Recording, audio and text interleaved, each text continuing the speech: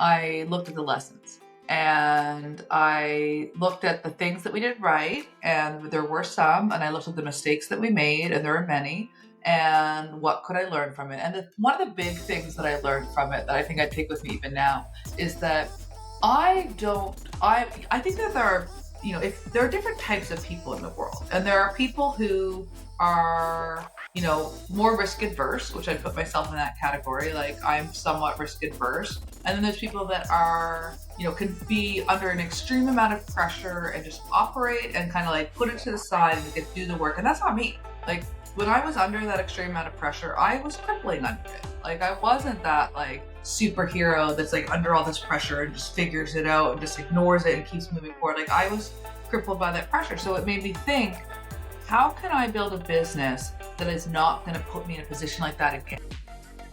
Welcome to the Undefeated Underdogs podcast, where I unpack and narrate stories of ambitious people who turn obstacles into opportunities. My goal for this podcast is to create a platform to narrate underdog stories and maybe play a small, teeny tiny role in inspiring you. I intend to highlight the underdog mentality and make authentic conversations with people who play the long game, take action with a chip on their shoulder, and convert obstacles into opportunities. Buckle up, as I'll be bringing some authentic founders, VCs, community builders, and content creators who got underestimated their whole lives, and yet they beat all the odds to become insanely successful. Now, today I want to tell you a little bit about our awesome sponsor, Acquire.com. Selling a business is as tough as building a business. As someone who went through this process once, selling my own startup, I know the pain it takes to get to the end zone. This is where our sponsor shines. Imagine this. You're a founder who's built a solid SaaS product, acquired customers, and generating consistent monthly revenue. The problem is, you're not growing for whatever reason. Lack of focus, lack of skill, or just plain lack of interest, and you feel stuck. What should you do? The story I'd like to hear is, you buckled down, somehow reignited the fire, get past yourself and the cliches, and start working on your business rather than just in the business. You start building an audience, move out of your comfort zone to do sales and marketing, and in 6 months, you triple your revenue. The reality isn't as simple. Situations may be different from every founder facing these crossroads, but too many times, the story ends up being one of inaction and stagnation until the business becomes less valuable or worse, worthless. If you find yourself here or your story is likely headed down a similar road, I offer you a third option. Consider selling your business on Acquire.com. Capitalizing on the value of your time is a smart move. Acquire.com is free to list and they've helped hundreds of founders already. Go to try.acquire.com/Sharath and see for yourself if this is the right option for you. Now, let's get into today's episode. Do you guys know why customers buy certain products? Well, my next guest mastered the art of behavioral science behind buying, and she mastered to an extent that she writes a newsletter called Why We Buy, right? So it's so awesome to see my next guest developing this skill in public over the years, and I've been a big fan of hers. And she also is one of the prolific marketers I follow on Twitter and on LinkedIn, everywhere, who teaches marketers how to be authentic. That's the key word right there, how to be authentic. She's one of my favorite persons, and a fun story. Before introduce or like bring her on the show, I built like this tool, Shoutout, like a few years ago, and she's one of the first few early believers in the product who amplified it. So I owe a lot to her in my journey as a founder. So without further ado, Katelyn Bourgoin, welcome to the show. How are you feeling? Thank you. What an amazing introduction. I'm feeling great. Awesome. That's so one of the things, like I said in the intro, I really admire your positioning of yourself as a founder, as a marketer on the internet, which is authenticity, right? And you tweet a lot of things. So I was telling you, before we hit record, you're probably one of the guests I had on my show who I find hard to research on, because there are so many topics to cover, and we will try to pack it in a way that people can, digest it. But right off the bat, I want to talk about authenticity. Let's start with that, before we get into all the tactical technical stuff. You kind of are very transparent with your personal life, how mom life, how things go inside, in the day to day, versus like the highs and the lows. You tweet about like the revenue, you tweet about like, the some of the lows that I experience. So where did you develop the skill of being authentic? I'd say so. Like many of your listeners, I was a founder. I was building a VC-backed company, and oh my goodness, I did not know what I was signing up for when I decided to build a startup. I'd had marketing agencies, but I had no idea how to build a scalable tech product, and so it was a big learning experience. And through that, it was so effing hard, and I didn't feel like founders were being honest with each other publicly about what they were experiencing, but behind closed doors, there was this real camaraderie and sharing. And I was lucky enough to be part of a incubator in my home city of Halifax, and so I was surrounded by other founders, all doing the same thing. It felt like we were in college dorm room. We were just getting together after work and talking over beers about how soul crushingly hard it was and how anxious we were and how little we were sleeping and like. But then people would go out in the public and they'd be tweeting or they'd be getting press coverage or whatever. And of course, everybody was just crushing it all the time. And I thought, this is so detrimental to the mental health of other founders who just think that what they're seeing people share publicly is the full story, when in fact that the full story is so often hard, almost want to quit, pivot, eventually you find the thing that works, or in our case, you don't, and you have to close your doors. But I just felt like it was a disservice. And so when I ended up having to close down that company, we just ran out of money. We weren't able to hit product market fit. Um, I was licking my wounds trying to figure out what I wanted to do next. And I just started kind of sharing some blog posts at the time about my experience. And I remember my first one was, I killed my startup and then some crazy shit happened. And I told a story about how my community, my startup community in Halifax, they really came to support me in a major way. Like my VCs were like the first to ask like how I was doing. They were the first to offer me a job. The other founders that were part of this community actually paid for a trip for me to go on vacation to Mexico because they knew how burned out I was from the 3 years. And all these, and I got this great job offer from like I would have dreamed to have years earlier. So, but along all of that, there was also the really, really low points, super anxiety, super burnout, stress. I had to go personally bankrupt after that company because I'd invested so much into it myself. And I just shared that. And the response was surprising to me. Because for me, I was just like, I just feel like it's like, at this point, I've got nothing to hide. The company's clearly like done. I'm just going to be honest about what I've gone through. And part of it was kind of like feeling, it was very cathartic to share that story publicly and to let people hear the whole backstory of what had happened, as opposed to just like, what you see in the media or what you see kind of like on social. And so it was really cathartic, and I was doing it more for me. But then I shared that and it kind of went viral in my little community of startup founders. And suddenly all these people started reaching out to me, and I was getting all these DMs for other founders being like, I think I'm going to need to close the business. Like, can we talk? Like, and it just made me realize that there's so much success theater, I've heard it called, that happens online where people only share the wins. And that doesn't help anybody. Because like most of the time when those wins happen, they came after so many losses, so many fuck ups, so many mistakes. And so because of that feedback from that initial post, I started being, when I started posting on Twitter, I was like, I'm going to bring this there too. And I'm going to share the ups and the downs, like not just the highlights, but the struggles too. And not just the struggles as a way to kind of like get somebody to buy something. Because I feel like there's so many people that will just be like, here's how hard this was, but then I found success and now buy my thing or sign up for my thing. I wanted to share the hards when there's no real success story. Yeah, too, Right. not like, here's what went wrong and here's how I fixed it. Like, show the whole thing. And I thought that we were overdue for that. Yeah, I remember vividly about this because this is, I think, the first time I came across your profile on Twitter is around 2020. At the time I was building this SaaS product, and Customer Camp is that's your company, right? And I think someone from your company reached out to me about this tool, and I was Mhm, like, oh wow, someone actually is sharing good things about marketing, the highs and lows, and I started following you.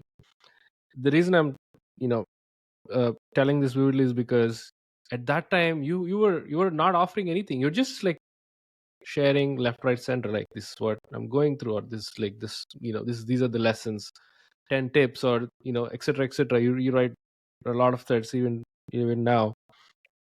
That actually, like, really helped me. Oh, there are people, like, who does this purely to deliver value, not to, mhm, like, bag revenue or anything. There is no, like, CTA after, like, a bunch of value. So you've in a way inspired me to, in a way, like, reassured what Gary Vee says, which is give, mhm, give, give, give, give, and you'll end up having a point where you ask, right? mhm. Saying that's so phenomenal. And speaking about the company, the startup you want to you closed, how did you kind of overcome? I wouldn't call it as a failure. I think there is no failure. It's all lessons in the making, right? Like, how did you overcome that phase and came out of the phase in a way that you've become who you are right now? So I think, to your point, I looked at the lessons and I looked at the things that we did right, and there were some, and I looked at the mistakes that we made, and there were many, and what could I learn from it? And one of the big things that I learned from it that I think I take with me even now is that I think that there are, if there are different types of people in the world, and there are people who are, more risk adverse, which I put myself in that category. Like, I'm somewhat risk adverse. And then there's people that are, can be under an extreme amount of pressure and just operate and kind of like put it to the side and do the work. And that's not me. Like, when I was under that extreme amount of pressure, I was crippling under it. Like, I wasn't that like superhero that's like under all this pressure and just figures it out and just ignores it and keeps moving forward. Like, I was crippled by that pressure. So it made me think, how can I build a business that is not going to put me in a position like that again? Because I'm not good at that. And maybe that's a story that I'm telling myself, and maybe I could get over that. Maybe if I had an idea for a big, like a game changing company, some moonshot, that I would like try to figure it out. But more than anything, I just thought, like, okay, how do I build a company that is going to give me, financial security in the sense that like we're making money, we're not reliant on venture capital, like that I have a team around me. It's not just me that is having to deliver this. And this is something that like took me a long time to figure out. I'm still figuring it out.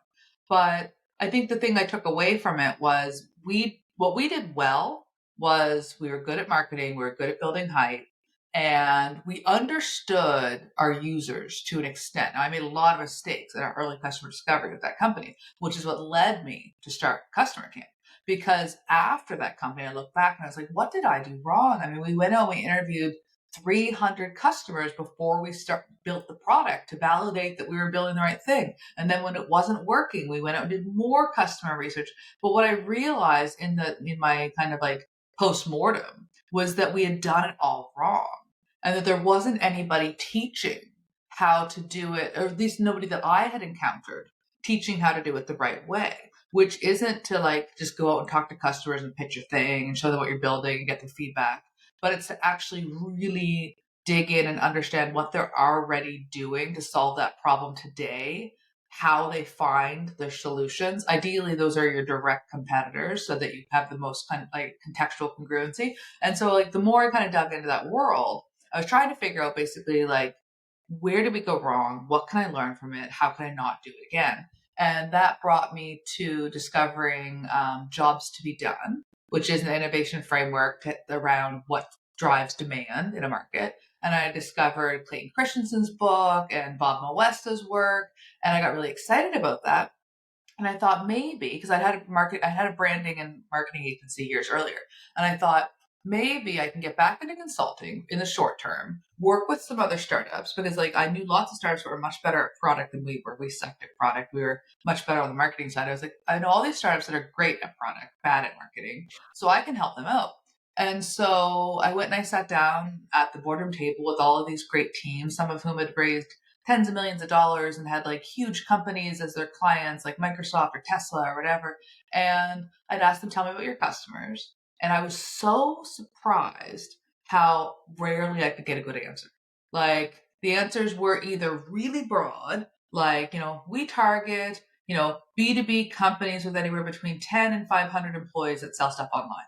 And I was like, oh, so basically every company, like every B2B company, like, or I would actually hear founders arguing at the table around who the priority was. And one person would say, we're going to these folks. And the other person would say, well, yeah, kind of, but like they're less important. Like first these folks. And so I realized that a lot of these teams didn't really understand their customers and they didn't understand why those customers bought. And so that led me to start Customer Cam. It led me to start my newsletter, which was basically a way to build an audience for a future insights agency that I had in my mind. And all of it came out of the back of that failure. All of it came at looking at what I did that I could have done better, where I fucked up, how I could learn from it, and then thinking, well, how can I help other people not to make these same mistakes? Where I think you kind of turned an obstacle into an opportunity. That's so fascinating. I think that's the whole point of this podcast as well, is to is to unpack that a little bit. You've dropped so many things in that answer. I just want to tap into a few things. So when you realize that, okay, we did something wrong, we fucked whatever the thing is, like you said, our product is not great, but our marketing is great. Let's play our strengths. Mm-hmm. Why did you end up in this particular niche of customers? Like, you would have done so many other things, right? Like in marketing, there are like so many other things. So why customers? Why did that triggered you? I love that question because I think that this is the smartest decision I made. And I would credit it to discovering April Dunford a few years earlier, who many of your listeners will probably know. April's work is all around positioning. She primarily works with tech companies, B2B tech companies. But I remember meeting April, and this is before she had blown up, before she was like, the like thought leader she is now. She hadn't written a book or anything like that. She was a consultant living in Toronto. I'm from Nova Scotia, so we're both in Canada. She was doing kind of the workshop circuit and coming around and talking in front of early stage startups. And I remember her talking about positioning. And I thought, this is so smart because, like, as a marketer, and any of your listeners who kind of have a deep understanding of marketing, or at least a surface level understanding, will recognize this. As a marketer, it's so overwhelming because it's always changing. It feels like it's always changing. Like, there's always a new channel that people are getting excited about, always a new tool that's getting hyped up, always a new tactic that everyone's using. And so I remember listening to April and then hearing a little bit about her business and thinking, that's so smart because no matter what happens in the world of marketing, one thing's never going to change. And that's going to be that you need to have a really clear positioning for your product. And that will be one of the catalysts for your success. And so I thought about April, what she was doing. It's like April's being known as the positioning person. And that doesn't matter what happens, whether Facebook goes away, there's a new social media channel, whether email dies, whatever happens, positioning is always going to matter. And then I was like, what are some other things that are always going to matter? And I feel like that's the most important question I asked myself. And I said, if you understand, you need to always understand your customers. It's the underpinning to all the other stuff. And what does understanding your customers mean? Well, when I was starting, it meant customer research. It meant actually reaching out and talking to customers, like analyzing their feedback, like really getting a close sense of your ideal customers. And that's where I was starting. And that was kind of the first 2 years when I was consulting, was all around how to understand your customer, how to identify who your best customer is. And that was kind of the thing. And then from that, I had this plan, and like my plan was like, I'm going to grow from a consulting agency where it's just me doing workshops, and I want to grow this into like a productized service company, and I want to build an insights agency. And that was my plan pre-pandemic, pre-baby. I now have a 2-year-old. And so I started this little newsletter with the intent of, building an audience on my newsletter to hopefully become clients. Some of them will become clients of an insights agency later. And I asked myself, like, nobody cares about customer research. It's really important, but nobody cares about it, right? It's like eating healthy. We all want to be skinny, and nobody wants to eat healthy. And the best way to get skinny is to eat healthy. So you can't sell eating healthy. You got to sell them something else. And the other thing is research, like customer research is usually project focused. So it's like, I want to start a newsletter around something that people are going to always be wanting to open, not just when they're in a project phase of doing research. So I thought, what are other ways to know your customers, right? Like thinking from a jobs to be done perspective, what are other ways people understand their customers? I thought behavioral science. Like I'd always kind of been interested in it. I'd read a few books. I'd read Robert Cialdini's Influence. I'd read Jonah Berger's Contagious book. And I was like, this is really interesting stuff. I bet you I could write a newsletter where we talk about behavior science. And then I'm going to be attracting the right people, right? People who are geeky about understanding their customers, people who would probably be more likely to hire an insights agency to help them to better understand their own customers because they're learning about people broadly from our newsletter, but their people are unique. So that led me to start the newsletter. And the newsletter then became a business, which I didn't ever plan for it to be. And at the same time that I was getting interest from sponsors to pay to get, in front of our newsletter audience, I had a brand new baby at home and my husband broke his neck. And so it was like, I was looking at, okay, do I want to go through the process of trying to like recruit people and build an insights agency and like put the systems in place to kind of productize that as a service and build all the efficiencies? Or do I want to write the newsletter that I already write and get paid for it and try to figure the rest out? And so I focused on the thing that was the easiest, that was right in front of me at the time where I had very little time and a lot of pressure. And then that became a good decision too, because that kind of led to new opportunities outside of the done for you customer research space that I'd originally planned to be in. I love that. I remember the tweet. I think one of the part of the research I found it. It was in December 2022. You were talking about, a year ago, my husband needed major surgery. Fast forward to today, I had like 400K in sales. I'm going to crush 2023, and you did it. So there are so many things. I think we have to definitely talk about behavioral science of building an audience. That's for sure. That's a topic. But there are a few things I want to ask you about. Talking about customer research, customer discovery.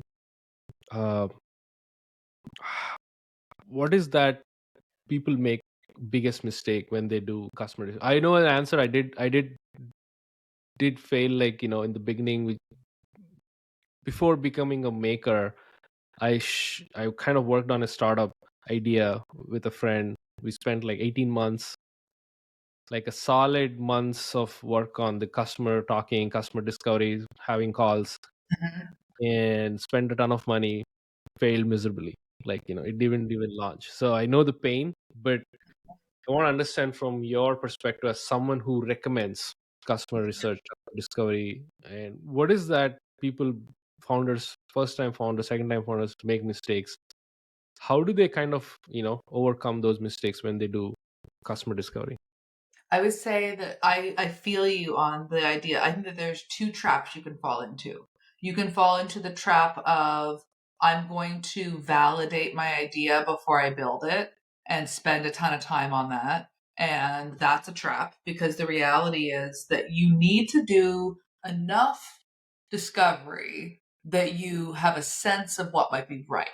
But real clarity is going to come from engagement with your audience. It's going to be putting something in front of them, right? So you should do a little, because otherwise you probably are going to get just really wrong. And you might end up realizing that you built the right thing, but your messaging was just really wrong. And your messaging could have been better if you would have done a bit of discovery. So do a bit. I'm not saying don't do any before you build, but then the mistake is either they spend all their time up front trying to validate their idea, talking to people who fit some, persona that they think their ideal customers are, not talking to people that are actively that have recently bought something to solve the same problem that they solve. So not really understanding what the competitive set is in the customer's mind. So that's mistake number one. Spend a bunch of time validating your idea before you build it.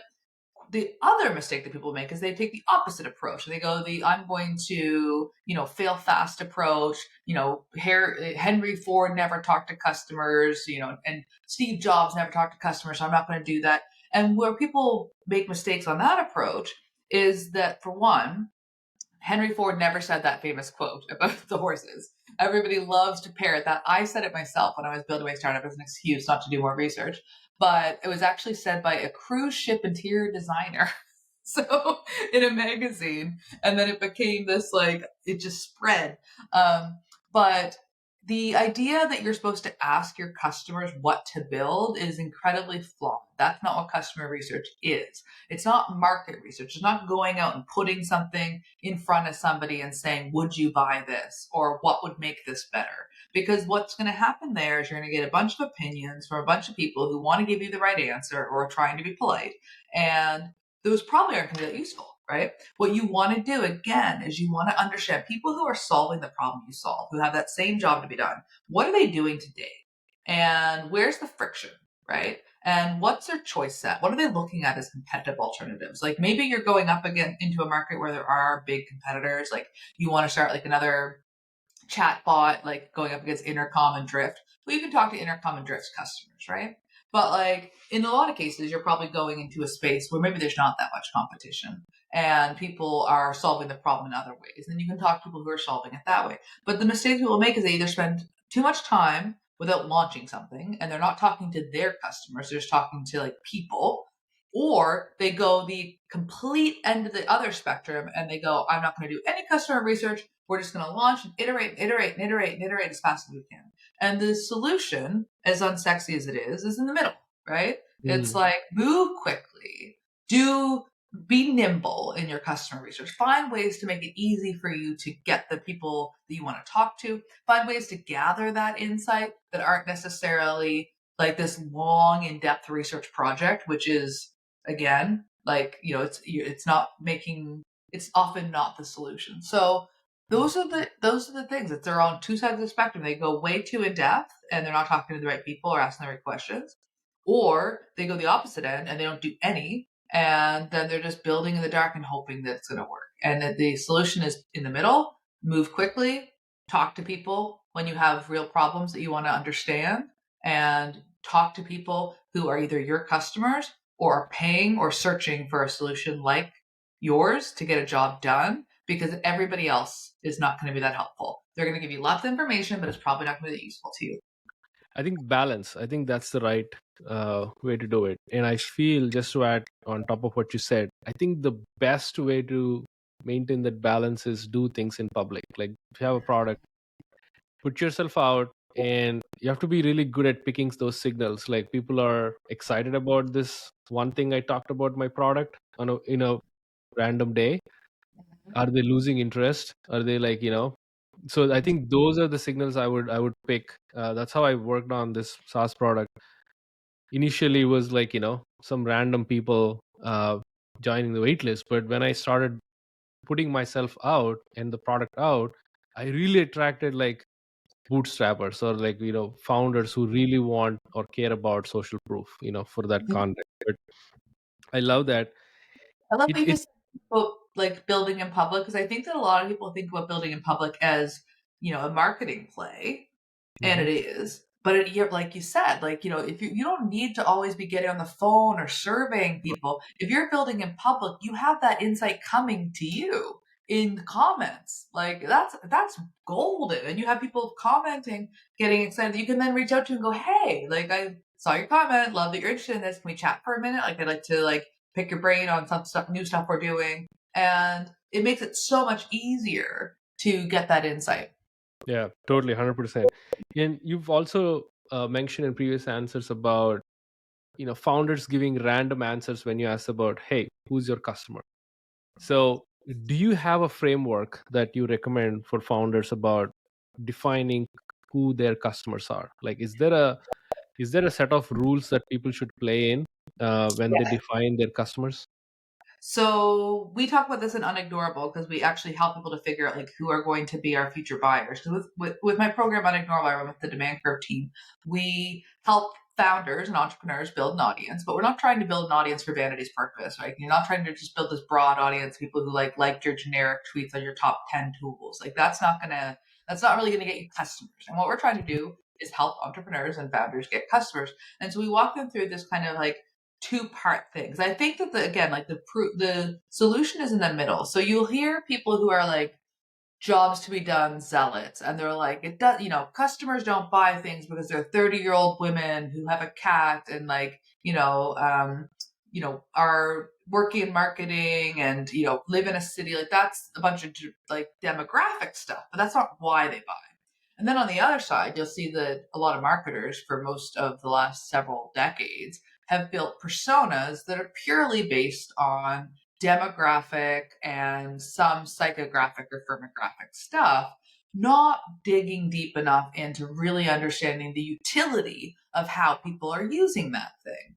And as per usual, the answer to how to define your customers comes in the middle. So it's like a great example I give is Amanda Goetz. She's a founder. She's popular on Twitter. She's fantastic. She launched her company that she then later sold within a couple of years, and it was House of Wise. And House of Wise was a CBD gummy business, and she had 4 very specific jobs that she helped her customers do.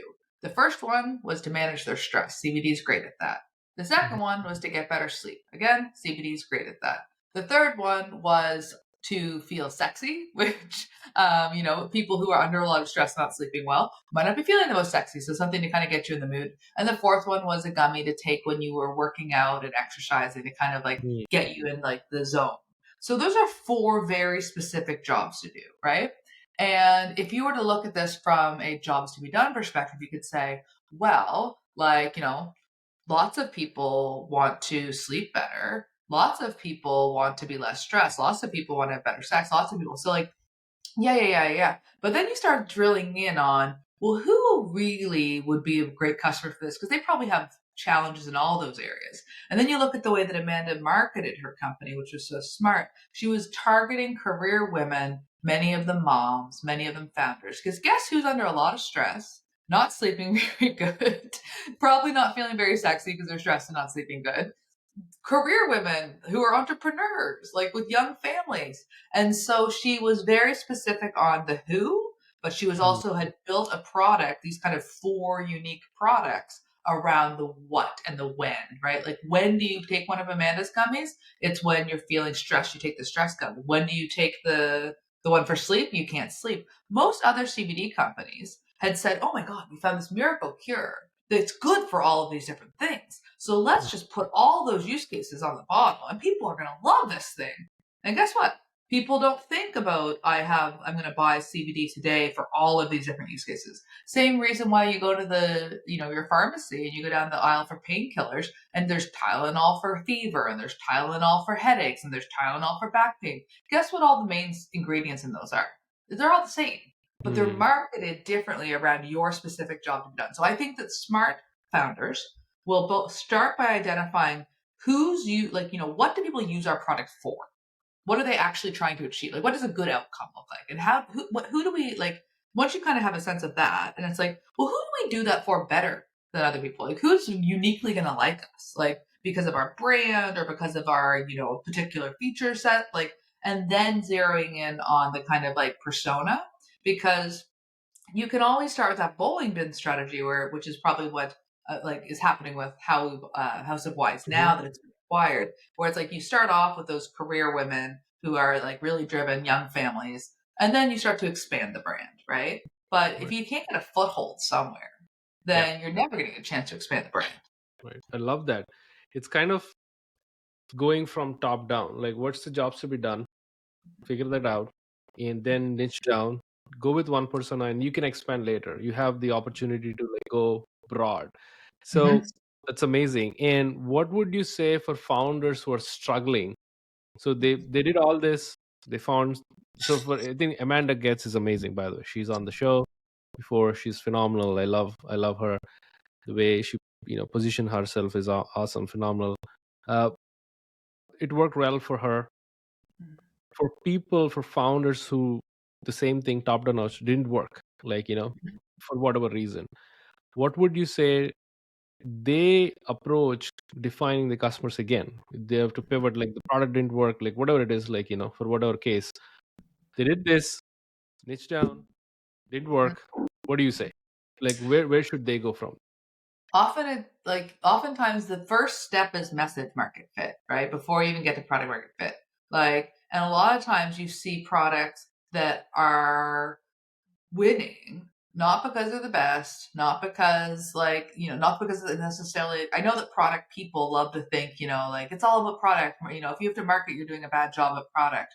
But there's a lot of products that aren't necessarily the best, but got the message really right.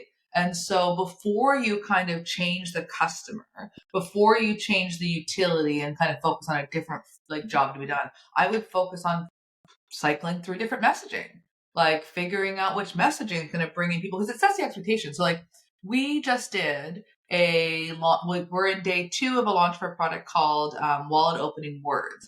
And as I was this is a product that is a little bit unique compared to other digital products out there, because there's a lot of online courses that will teach you how to write better.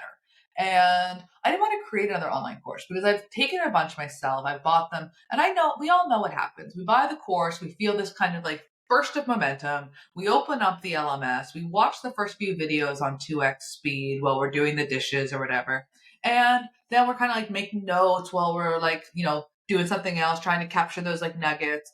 But we don't often finish it because who has time to just sit down in front of a computer and watch a bunch of videos? Nobody. And so I wanted to create something people would actually use. And so we built a interactive playbook with a bunch of chatbots that are actually to help you apply the things that we're teaching. So we teach 26 and a half behavior science backed copywriting techniques. But I also knew that when people download this thing and they get a document as opposed to, 19 hours of video content, they're going to have a question around, is this good value? Because they might compare us to a book. And guess what? Books are $12. Online courses about writing, $500, $2,000, much more expensive. And what's in the stuff is the same, but the format is different and the usability as the end user is different.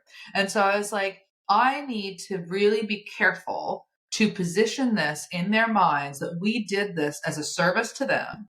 So they will compare us not to books, which isn't a good competitive set to us because we're much more expensive than a book, but to online courses, which is a good competitive set for us because we're cheaper than most courses and we're going to be far, far more useful, and it's going to be easier to consume the information. It lives on your desktop. You can come back to it, open it at any time for inspiration. So in the positioning of it, we have a welcome video where I talk about that. In a lot of our marketing, I compare it to an online course. So again, coming back to this idea, I didn't change the target buyer.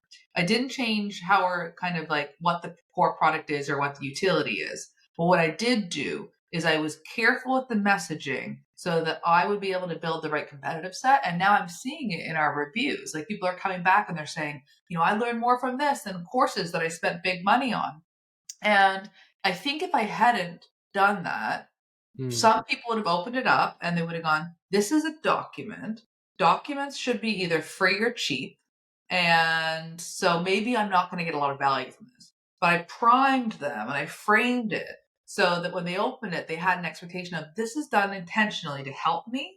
And it was. And this is going to be better than the alternative, which is an online course, not an alternative that is a book, because I don't want to compete against a book. So I guess the answer to that question really comes down to, if you feel like you've got the right, if you feel like you understand the utility of your product, you understand what it helps people do, what it helps people achieve, you understand who you can help, and you're still not getting traction, it's the message. Change the message, improve the message, get better, you don't want to educate the market, you want to tap into something that they already know about, but get better at tapping into that.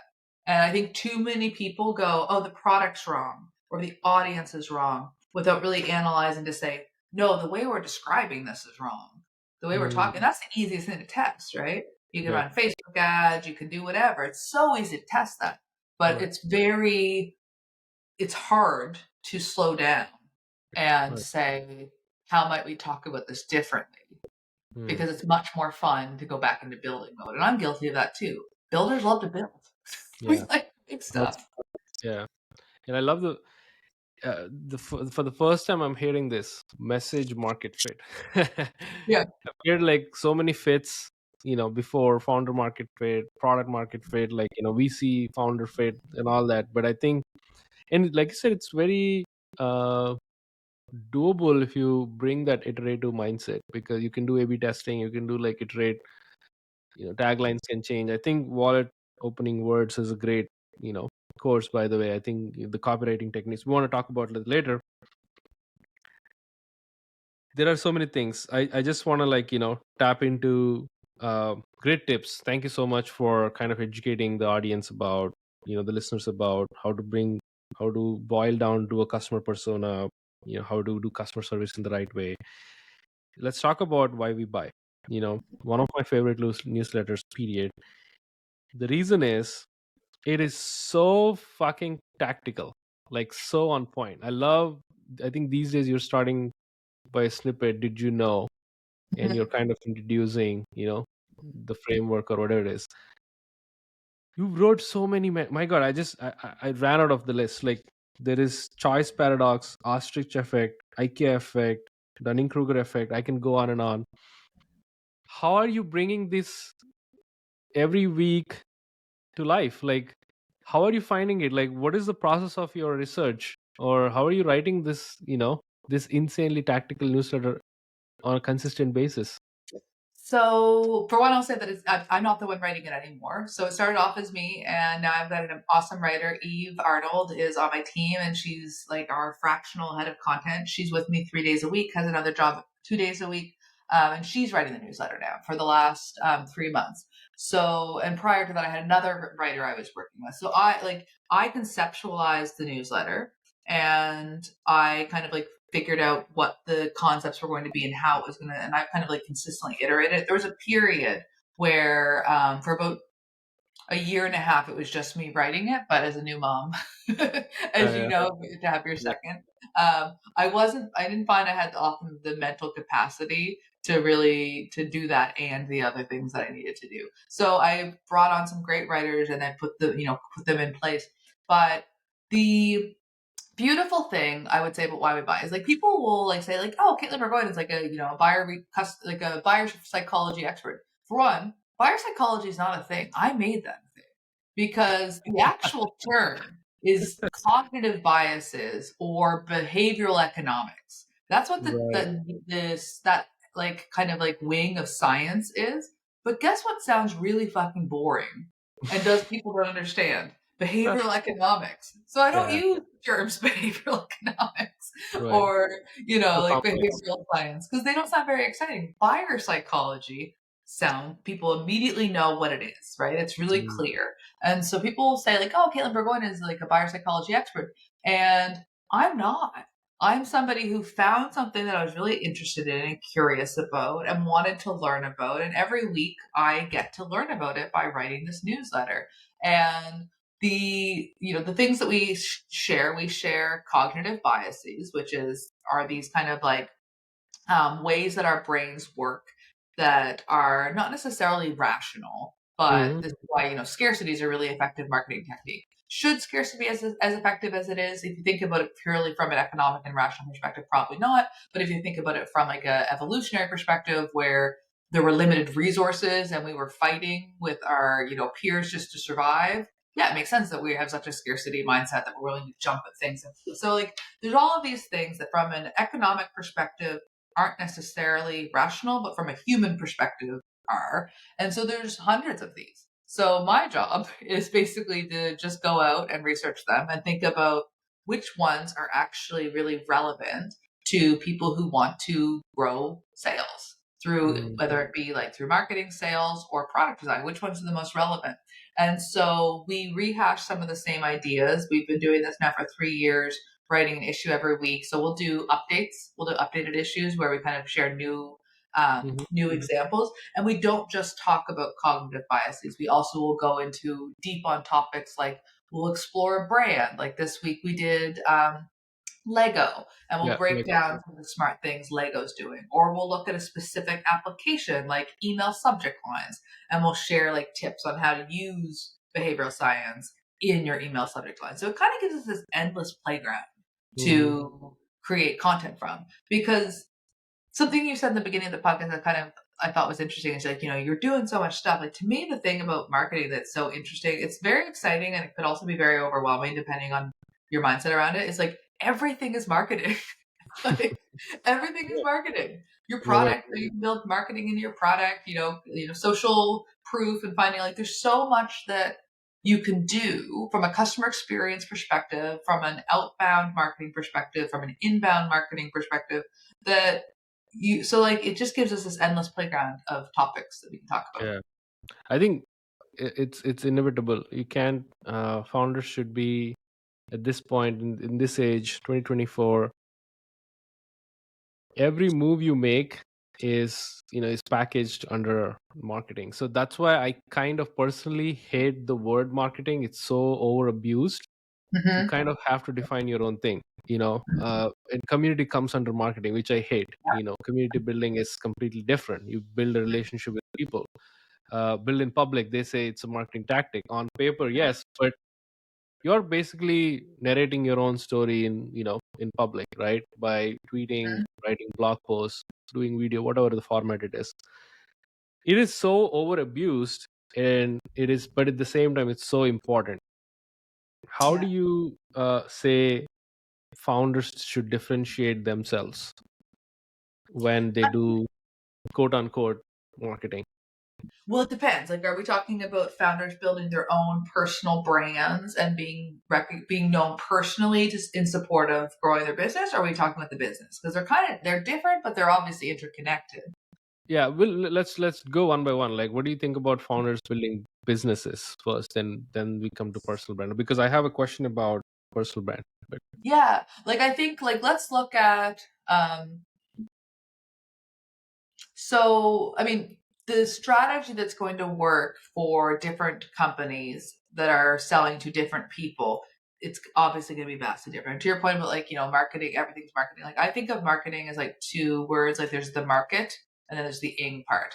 There's like understanding the people and then there's the doing. And what mm, that looks like is there's no template for like everybody wants one because people like to sell them because they're lucrative. But there is no kind of like step by step of like just follow this and you'll be successful. Because if you look at all of the huge successful companies out there, like we love to talk about like Dropbox is like early like growth hacking, or like Airbnb, and they were scrappy and they used like Craigslist. Like there's so many stories of these brands that did these clever and interesting and fun things early on, and then there's so many companies that followed and copied those things and tried mhm, to use them themselves, but they didn't work.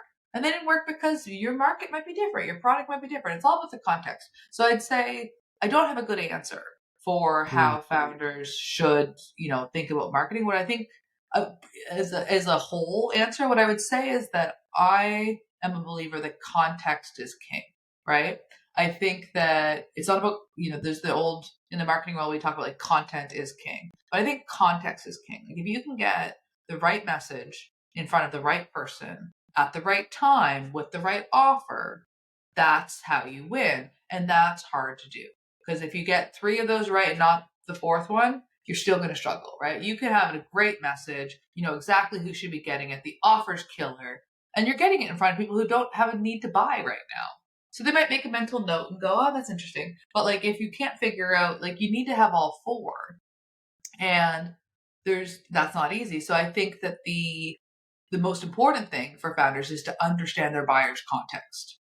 And I'm going through this right now with Why We Buy. So when I started Why We Buy, sponsors were coming inbound to us, and it was really easy to sell sponsorships because there was a lot of hype and excitement as that being a growth channel for companies. And then there's been an explosion in newsletters, and there's been a bunch of innovations that have happened on the like product side where ConvertKit has like mhm. their own like sponsor network, and like there's been all these changes, so now there's a lot more competition for sponsors.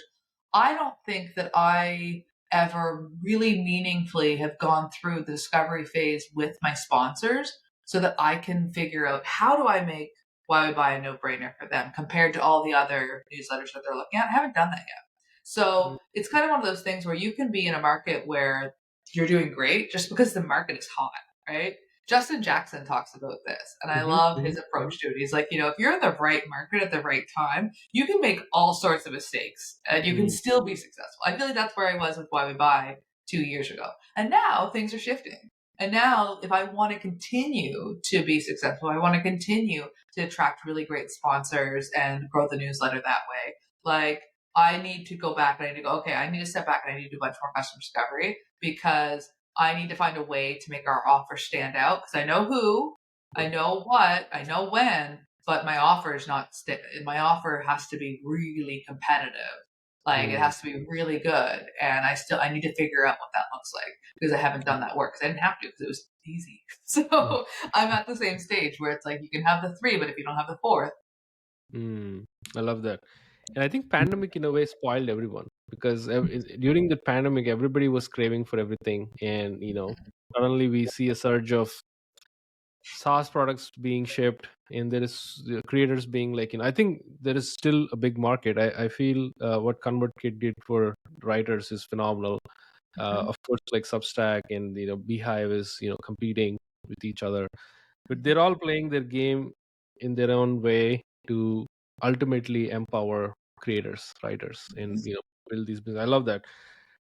Let's talk about building a personal brand. I think one of the things you mentioned is the behavioral science of building audience. Why is it so freaking important in 2024, and why are people not realizing the fact and still yet doing startups, building businesses without realizing the fact? What is that they're missing, and what is that people are gaining building an audience? Well, I think that I think that we live in this interesting time where you can have all these great products that are bootstrapped and they're bootstrapped by small teams that we can actually come to follow, be interested in, be rooting for, want to see be successful. So like you think like some of the ones that I think of as like Sparkloop is a great product. Like I know Mm-hmm. who the founders of that company Yeah. are, right? Like Hype Fury, I know who the founders of that company are.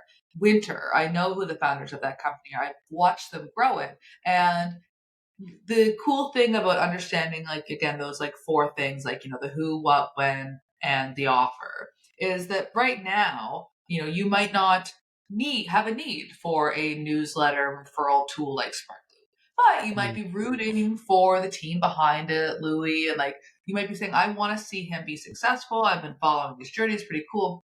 Then in 4 months' time, suddenly you're like, okay, now I'm going to bootstrap this thing, or I've decided that we're actually going to build an audience. And it's like, oh, fuck, well, of course, Sparkly, because it's Louis, right? We follow people, not brands.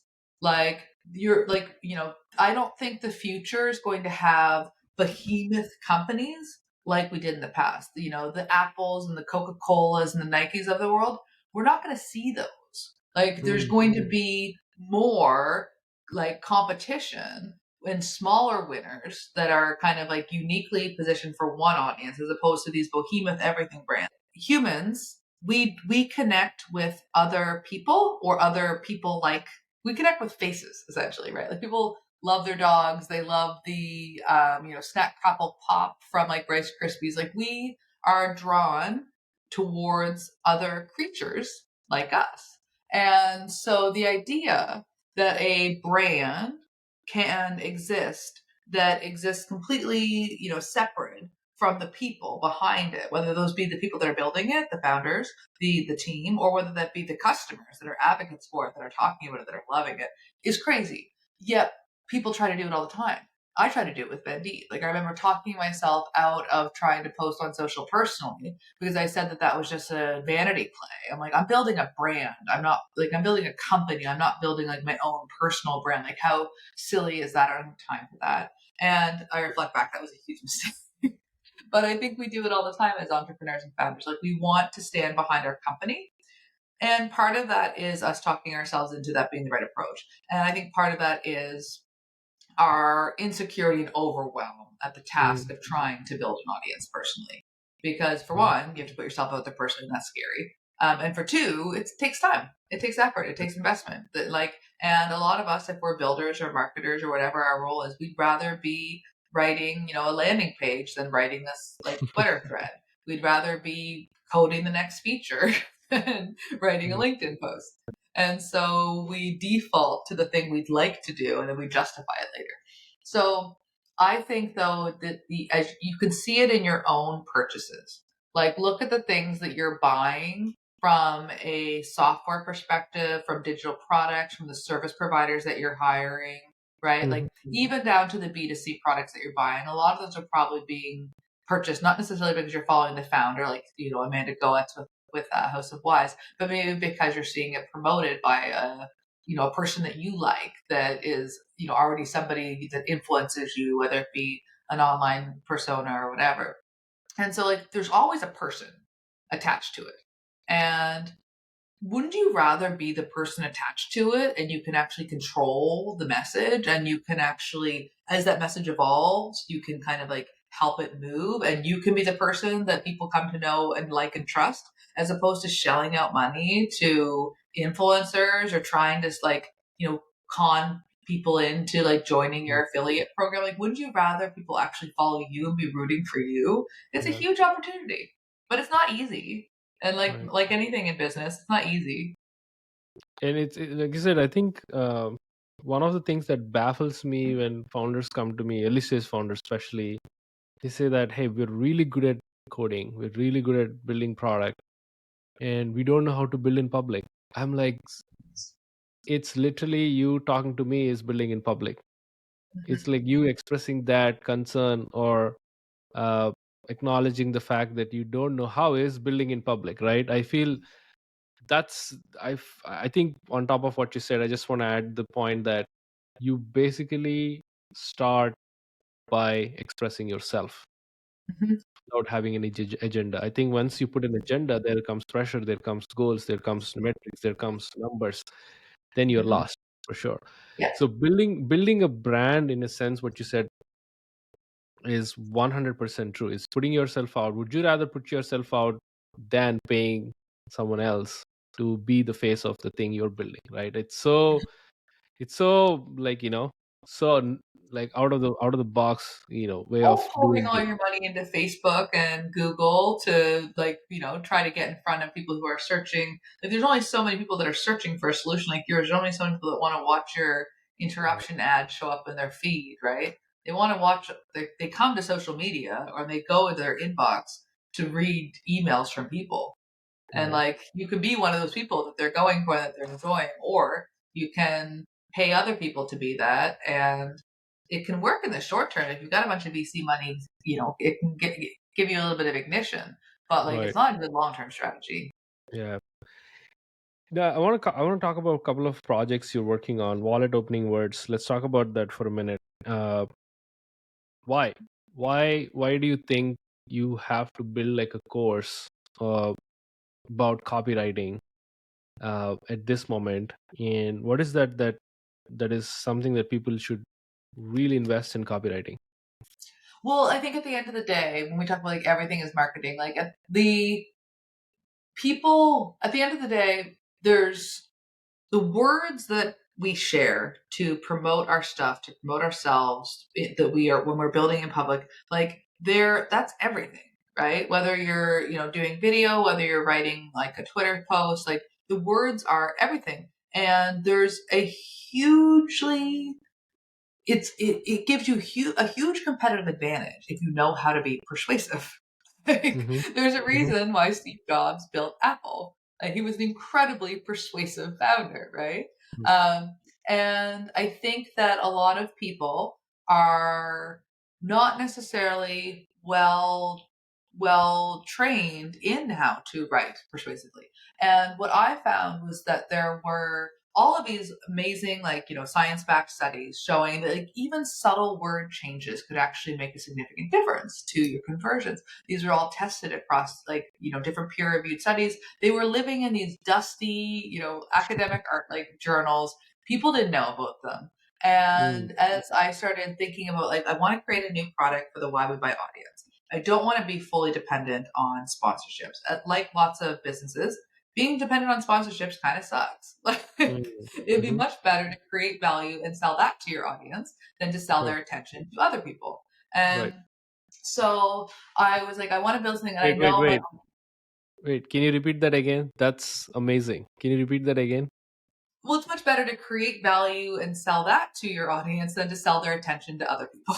like, That's. Can you please tweet about that? It's so important to realize that you're basically taking control as a creator. mhm, You're not. You're in a way. I think sponsorships. You're kind of like, you know helping other people get visibility for that you're paying. But what you said is so important, especially once you reach a stage that people, some creators, they still rely on sponsorships mhm. than taking control of their own audience's attention. I think that Please, every please, really please, please tweet about it. It's I so just amazing what you don't said. piss off my sponsors that I do work with, because I work with brands that have products that I love, right? And like I do want to promote those products to the audience, Of but I course. also don't want to be reliant on those brands. And I don't want, and as this space changes and evolves, I don't want to end up with the, like it costs a lot for us to Okay. produce the newsletter. Like, Right. it takes 2 days to actually get like an issue, like all the promotional tweets and stuff around Wow. it, like create the graphics, get it populated. Like we're not, there's lots of newsletters out there that people brag about, I create this newsletter in 2 hours. I'm like, good for you. That's not what we're Mm, doing. like it's a big lift. right. And for it to justify that lift, it needs to make sense on the number side. So we can keep selling to sponsors, or we can sell to sponsors that we're really excited about working with, while we also build up additional revenue streams that are creating value directly to the audience that we intend to serve. So wanted to create something like that I could sell directly to the audience, something I knew would create a lot of value for them, something that I wish would have existed sooner.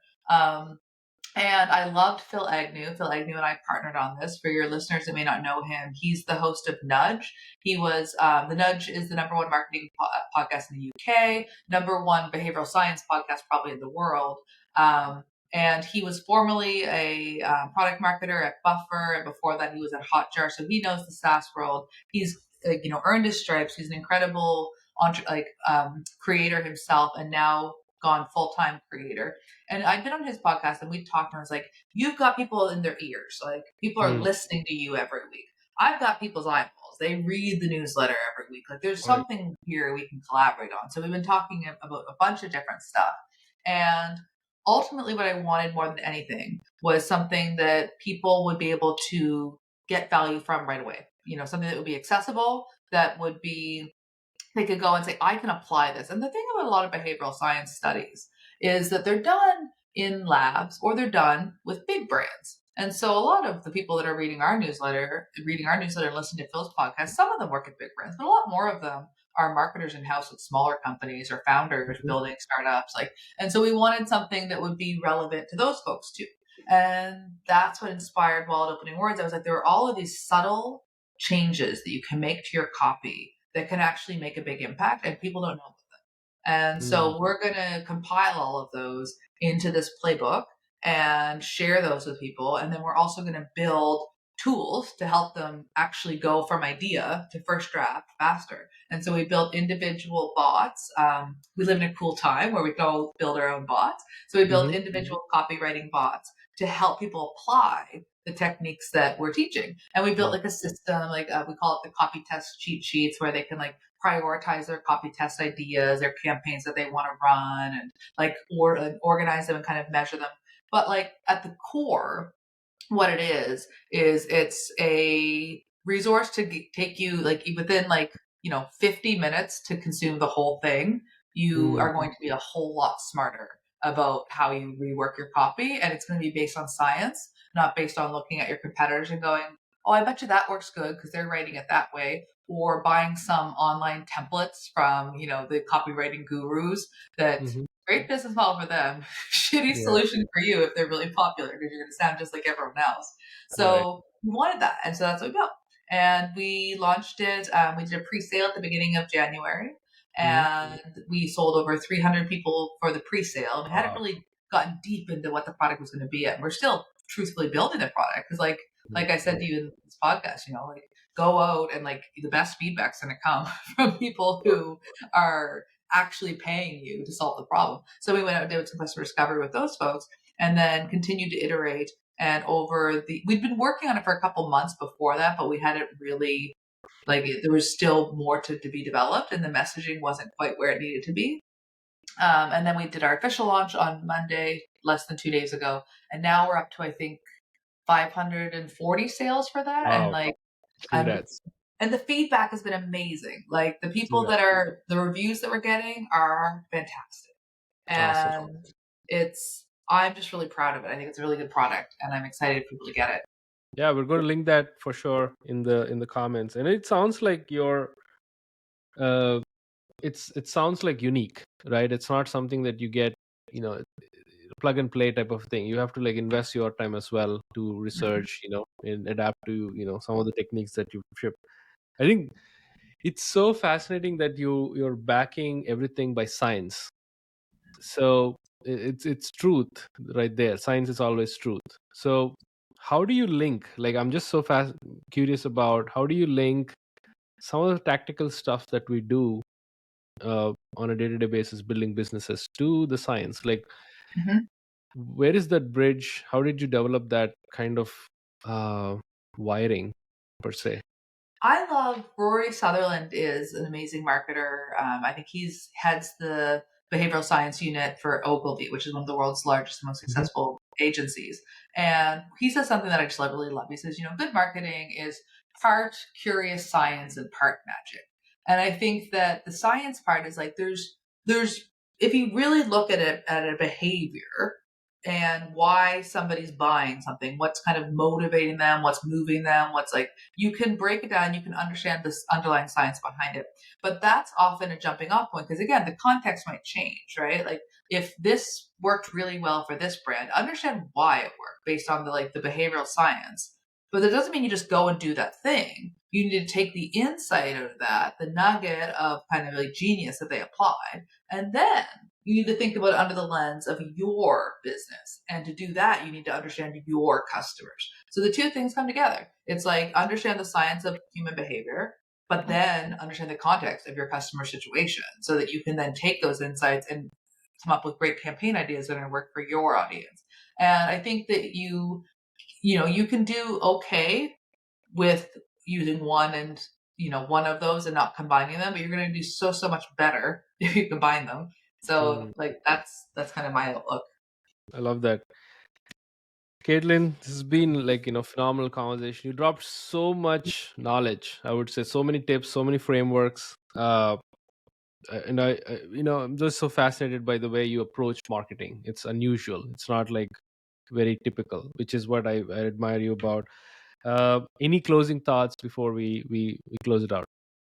Yeah, I mean, I want your founders are listening and they're thinking about building in public. Think about when you're building in public again, go back to that message of context is king. Because as you're sharing your stories, you can wrap those in so many different ways, right? You have to come back to, if I'm sharing this, who cares? And how do I explain this in a way that they get some value out of it? Because sometimes people go into the whole content creation or building in public and they just are kind of like, these are the things that happened. And they're just being very matter of fact about it.